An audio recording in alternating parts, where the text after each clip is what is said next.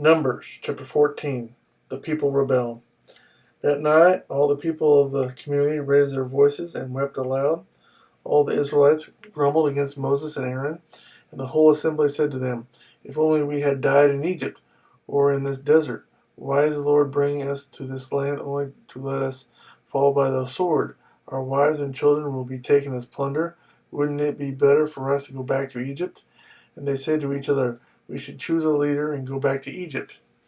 Then Moses and Aaron fell face down in front of the whole Israelite assembly gathered there.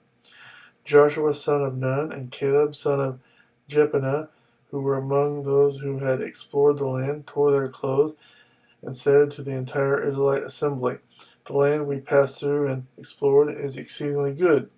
If the Lord is pleased with us, he will lead us into that land, a land flowing with milk and honey, and will give it to us. Only do not rebel against the Lord, and do not be afraid of the people of the land, because we will swallow them up. Their protection is gone, but the Lord is with us. Do not be afraid of them." But the whole assembly talked about stoning them. Then the glory of the Lord appeared at the tent of meeting to all the Israelites. The Lord said to Moses, "How long will these people treat me with contempt? How long will they refuse to believe me, in spite of all the miraculous signs I have performed among them? I will strike them down with a plague and destroy them, but I will make you into a nation greater and stronger than they." Moses said to the Lord, "Then the Egyptians will hear about it. By your power you brought these people up from among them, and they will tell the inhabitants of this land about it. They have already heard that you, O Lord, are with these people, and that you, O Lord, have been seen face to face, that your cloud stays over them, and that you go before them in a pillar of cloud by day and a pillar of fire by night. If you put these people to death all at one time, the nations who have heard this report about you will say, 'The Lord was not able to bring these people into the land he promised them on oath, so he slaughtered them in the desert.' Now may the Lord's strength be displayed, just as you have declared. The Lord is slow to anger, abounding in love, and forgiving sin and rebellion.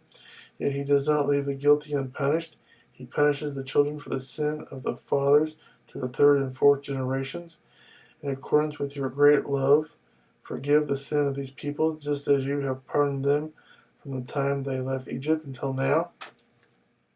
The Lord replied, "I have forgiven them as you asked. Nevertheless, as surely as I live, and as surely as the glory of the Lord fills the whole earth, not one of the men who saw my glory and the miraculous signs I performed in Egypt and in the desert, but who disobeyed me and tested me 10 times, not one of them will ever see the land I promised on oath to their forefathers.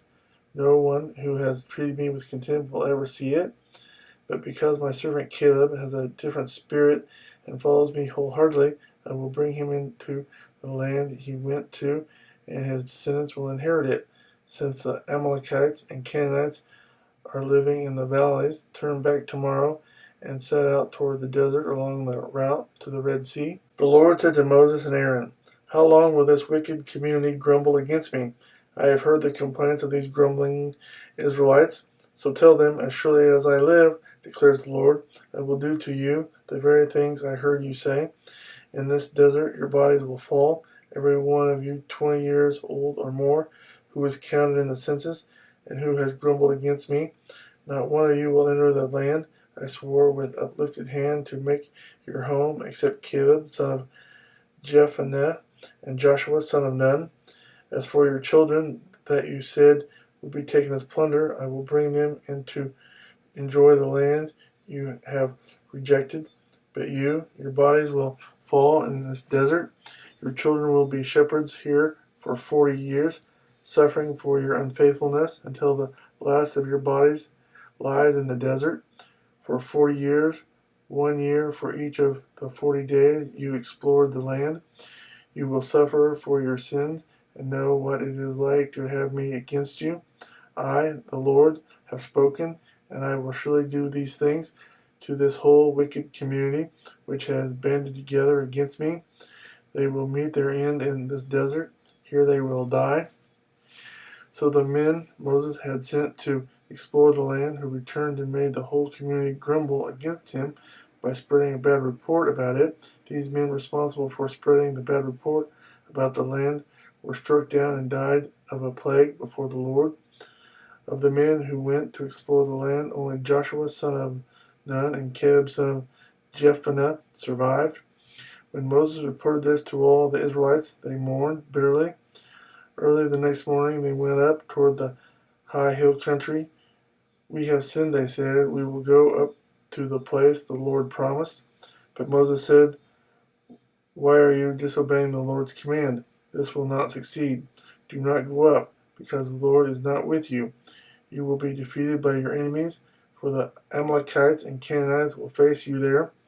Because you have turned away from the Lord, he will not be with you, and you will fall by the sword. Nevertheless, in their presumption, they went up toward the high hill country, though neither Moses nor the ark of the Lord's covenant moved from the camp. Then the Amalekites and the Canaanites who lived in that hill country came down and attacked them and beat them down all the way to Hormah.